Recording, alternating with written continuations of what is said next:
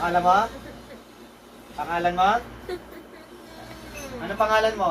Ayan, ayaw na po sumagot, sir. Ano pangalan mo? Ha? Ayaw na sumagot. Kanina sumasagot ang pangalan po, sir. Confirm yan kasi may gumagawa. Bakit mo binibigyan ng sakit ng tao na to? Balik ako, taon na to, sir. Taon na, no? Taon nang binibigyan ng sakit. Ano pangalan mo? Ha? Ano pangalan mo?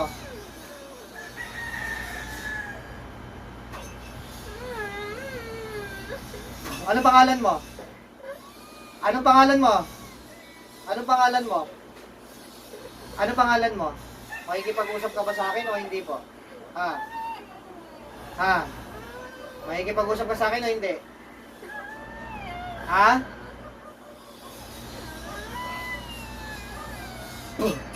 Ano pangalan mo? Makikipag-usap ka sa akin o hindi? Ha? Ano pangalan mo? Ha? Ay, makikipag-usap ka sa akin o hindi? Sige. O sige. Ayaw mo makipag-usap.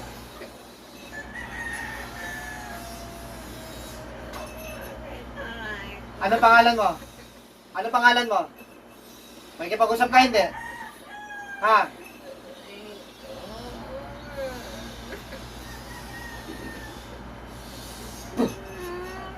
Ano? Ano pangalan mo? Ano pangalan mo? Makikipag-usap ka o hindi? Ano pangalan mo? Ano pangalan mo? Ha? Ano pangalan mo? Hindi ko tinatanong kung masakit o hindi. Ano pangalan mo? Ano pangalan mo? Ha?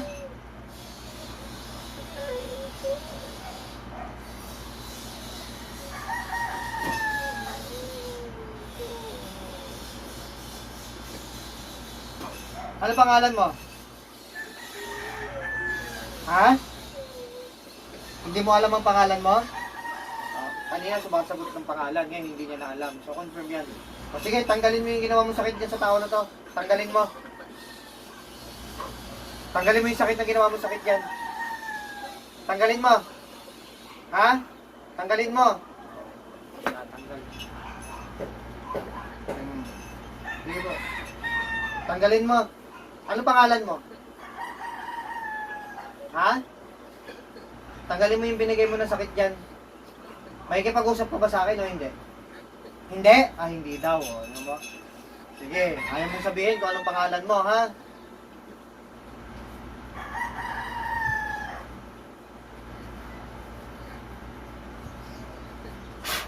Gusto ko sasabihin mo sa akin pangalan mo, ha? Ha?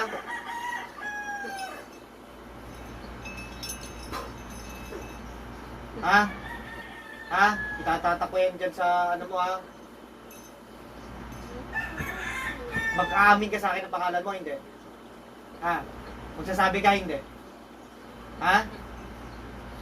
Sige, bilisan mo tanggalin yan. Titingnan natin kung hindi ka amin, ha? Ang tagal mo na palang ginagawa ng sakit to. Bakit nandiyan ka pa rin? Nagpagamot na daw to sa iba. Ha? Ha? Ano kasalanan nitong tao sa'yo? Bakit ginaganyan mo? Ha? Ano kasalanan? Ano kasalanan naman taon to? Ha? Hindi ka talaga makikipag-usap. Gusto mo patayin kita. Ha? Ayaw mo. Pero ayaw mo makipag-usap. Gusto mo patayin kita? Alam mo, kaya kita patayin. Ha? Hindi? O, testingin natin, ha? Tanggalin mo yung binigay mo sakit yan. Lahat. Ubusin mo yan. Hindi ka talaga makikipag-usap? Ha? Taga saan ka? Ha? Ha? Taga saan? Ilang taon mo nang ginagawa yan? Ha?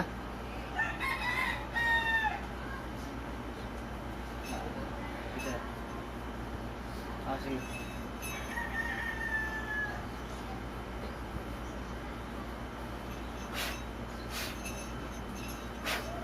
Ha? Ha? Makikipag-usap ka sa akin, hindi? Ha? Makikipag-usap ka sa akin, hindi? Ha? Makikipag-usap ka sa akin, hindi? Ha? Ha? Makikipag-usap ka sa akin, hindi? Ha? Ha? Makikipag-usap ka, hindi? Ha? Ano pangalan mo? Ano pangalan mo? Ha? Erin. Oh. Akala ko matibay ka eh. Sabi mo kanina hindi ka makipag-usap. Kaya mo ba 'yon? Ngayon, alam mo, kaya na kitang patayin. Ha? Kaya. O, kanina akala ko sabi mo hindi kaya. Hindi alam. Ngayon, alam mo na kaya kitang patayin. O, ilang taon mo nang binibigyan ng sakit ng tao na to?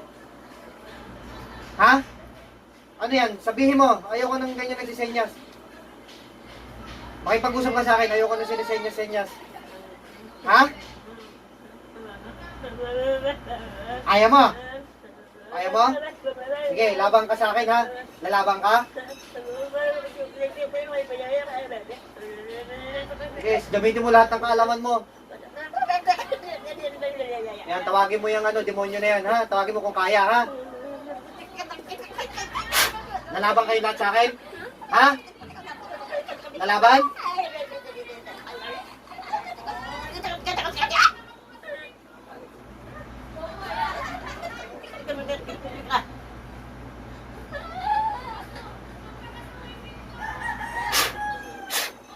Ha? Kaya? Ha? Ha? Kaya? Ha? Sige. O, ba't umiiyak? Kaya ba? Kaya? Anong gusto mong gawin ko sa'yo? Patayin kita? Ha? Ilang bang gagamot na pinagamutan nito? Bakit nandiyan ka pa rin? Ha? Ayaw makipag-usap. Tapusin natin ang buhay mo. Ayaw makipag-usap na matino. Ha? Ha? Kayo, ayaw niyo, kayo sir. Kasi kapag yun na lang kasi ang last choice kung hindi naman din tinitigilan ng ninyo. Ang magulang ninyo. Pasalamat ka ito kahit sabi, dalawang kapatid ko ang na ito. Dalawang kamag-anak nyo rin ang nadali, kapatid ni nanay. Kapatid ni nanay. Oo. Dalawa na, pero kayo sir, parang ayaw nyo pa rin, kumbaga, patayin, ayaw ganon. Kasi, tiyahin pa rin ngayon eh. Okay. So, mabait pa rin yung pamilya nito, ayaw kong patayin. Pero kasi po, kung paulit-ulit na lang at lagi nang pinapagamutan, kasi minsan na madalas kami, bilang manggagamot, wala kaming choice kung yun lang po ang makapagligtas ng buhay ng magulang ninyo, at buhay din ng ibang tao. Kasi yung lolo ko na nakaraan. Lagi nakaraan. Kaya kasi tingnan mo, ito, mabait pa ang pamilya nito kasi ako, kasi naman ako sir, kahit pag-decide ako na halimbawa, nagamot yan, hindi ko pinatay. Pero kasi once na nagpapagamot po sa amin, kahit hindi ko patayin, minsan may kusang sumbalik po kasi yung mga kakayahan namin, katulad ko, na lahat ng binigay niya sakit, kahit hindi ko siya patayin, lahat ng binigyan niya ng sakit, babalik sa kanya, yun ang ikakamatay niya. Meron naman po kasi yung agad-agad, papatayin. Kasi sa kalagayan po ni nanay, talagang nakikita ko na po, talagang hindi yan bibitawan. Talagang, halimbawa ngayon, pag nagpagamot kayo, tatanggalin lang ngayon yan, babalik na naman. Para papaginawain lang ng kailang yan, tapos gagano na naman. Pero siguro, dahil siyempre may respeto po ko sa inyo bilang kayo yung nagpapagamot, pinatanggal ko naman po yung sakit. Ngayon, gagawin ko dito, papalayasin mo sa katawan ni nanay. Pero lahat ng advice susundin po ninyo para hindi na siya babalikan. Ganun na lang po. Okay. Pero kasi, yun, kung halimbawa, may nabalitaan kayo, halimbawa, nagkasakit siya, ikinamatay niya. Minsan po kasi, pag may tao kasi, or sabihin natin mangkukulam, na hindi naman na talaga magbabago at talagang ayaw tigilan, yun kasi ang madalas na nangyayari sa mga nagiging pasyente ko po. Kahit na, halimbawa, pinalayas ko na sa katawan. Kasi, pinalis ko sa katawan niya, hindi ko siya pinatay ngayon.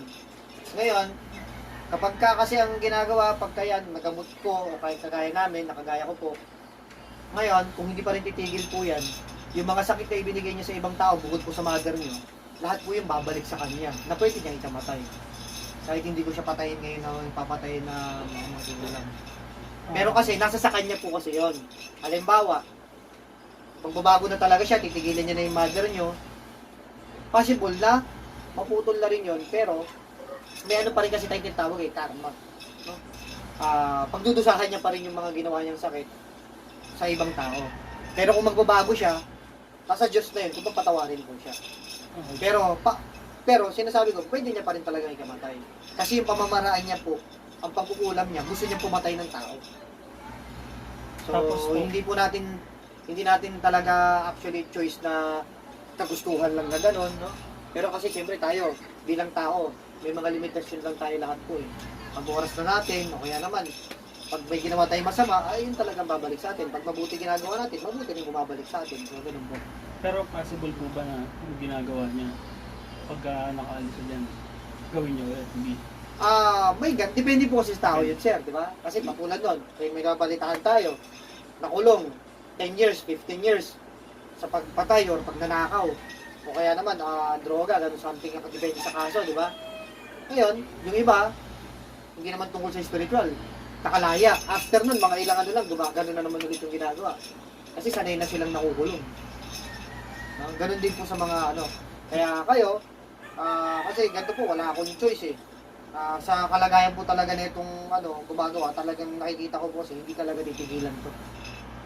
Hindi yan titigilan hanggat hindi na mamatay yung mother po ninyo. Ibig sabihin, pag yan, wala na talaga. Opo, wala na talaga yan, hindi na makakaano yan. Tapos sundin lahat ng advices ko po. Para naman doon po sa healing process ng mother niyo po. Yung kumbaga, siyempre, pag healing process, kulit yan, may ano yan. Unti-unti pa lang yung maghihilom. Hindi po yung agad-agad, magic, mawawala ng 100%. Ibig sabihin yung tinatanong ko sa test, kung patay-patay talaga. Patay talaga yun, sir. Yung katawang lupa po nun. Ganun talaga kasi bilang mga manggamot kasi kami hindi naman dahil namin, kung ako hanggat maaari, kung magbabago ang magkukulam, pagbibigyan natin yan kasi tao yan eh. Ang Panginoong Diyos nagpapatawad. Kaya ako sir, tao lang din ako. Kailangan magpatawad din tayo, utos ng Panginoong Diyos yun. Pero kasi may mga tao kasing hindi na talaga magbabago. So kasi bilang manggagamot ako, nararamdaman ko, nakikita ako sa mga mangkukulam o sa tao kung magbabago ba talaga o hindi. Pero sa kalagayan po nun, sa case niya po, talagang hindi titigilan yung mother niya hanggat hindi na mamatay. Kahit mamatay siya, kahit kapalit buhay niya, gusto niya mamatay mother niya po. Bilhin niyo, yung mga salita niyang ganun, mga lingwaheng ganun, tumatawag pa ng mga demonyo yun, talagang lumalaban pati sa Diyos. Eh, siyempre, ang ginagamit ko, salita ng Diyos, pangalan ng Diyos. Sabihin, gusto niyang kahit mamatay siya, lalaban siya kahit sa Diyos. Ganun po yung mga words of ano yun, tongues ng mga evil spirits yun, tsaka ano, tinuturo ng demonyo sa kanyang ganito gamitin mga salita, mga lingwahe. Kaya, yun po, wala akong choice pagka sa ganyan po. No? Hirapan ako mag-isip. Eh ako rin sir, kahit ako bilang tao, gusto natin magpatawad. No? Pero kasi bilang tao, bilang manggagamot, I mean. No? Pag pumunta ka dun sa Lagusan na bubuksan ko, pumunta ka ron, ha? Ha? Naunawaan mo ba yung mga pinagsasabi ko? Ilan taong ka na? Ilan taong ka na? Ayaw makipag-usap talaga. Gagawin. Ito mo lang ang ultimatum.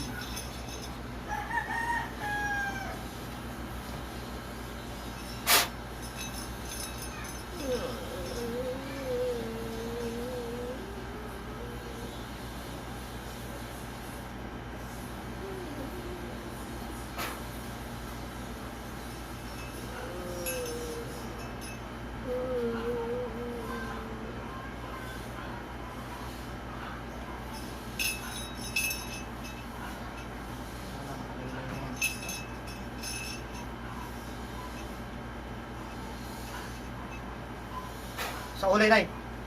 Gising. Gising, Nay. Pangalan niya, Nay. Dilat na. May naalala kayo, Nay? Sinanibang kayo na may nag-aaray kayo sa sakit? May naalala po kayo? Wala. Walang naalala. Hindi nyo alam kung ba't kayo umiiyak. Talaga yun po yung concern na may sanib. Actually, nung una, kaya hindi pa totally siya masanib kasi nalinin lang po si nanay. No? Kumbaga, ginagamit yung isip niya para mag-ano yung isip niya na kumbaga para mauna yung takot o ano, para hindi siya gumaling. Talagang, tignan niyo po, na-operahan na yung nanay niyo. Doon pa lang po. Pero natutuwa naman po ako, or maganda po ang ganong attitude na kayo, ay may awa pa rin, kumbaga. Pero kasi, may mga taong karapat dapat Actually, nakaawakan. boss, yung pinsan nila nakakamamatay lang eh. Hmm. Sabi nung pinangpuntahan ng isa, nila namang gagamot. Kamag-anak pa daw, pero iba yung tinuturo. Parang nilidin lang pa sila. Nililin lang. Ganun po Actually talaga. ako boss, konti na lang eh. Kasi yung papagawa kami sa bahay, mag-anak yung pumunta. Nagulat na lang ako, meron akong ID na nahulog sa CR. Bata pa ako noon, may kandila na nakita si mama, nakalagay sa taas ng rep. Ang mangyari pala noon, dahil gusto niya siya yung magbukay ng puso negro, parang huling ano na lang yun. Sisindihan, pag naupos yun, pag nakabaon na, ako Patay. na pala yung dali. Kasi naginip ako na may kumukuha na sa akin. So kaya confirm po yan. Tinan niyo po, okay? Pantay na yan, magiging okay na yan. Ha? Lahat ng advices po, sundin po ninyo. Ha? Confirm yan. Kasi yung pamilya ni mama nasa Romblon din. Ayan o, pantay na ho. Ha? Okay, so wala na yan. Pagka ganyan, hindi talaga tatanggalan ng sakit yan. Mga ganung style po. Hindi ka talaga titigilan. Hindi mama. titigilan hanggat hindi ka Hindi ka talaga mamamatay. titigilan. Eh, tingnan nyo, doon pa lang po eh. Sa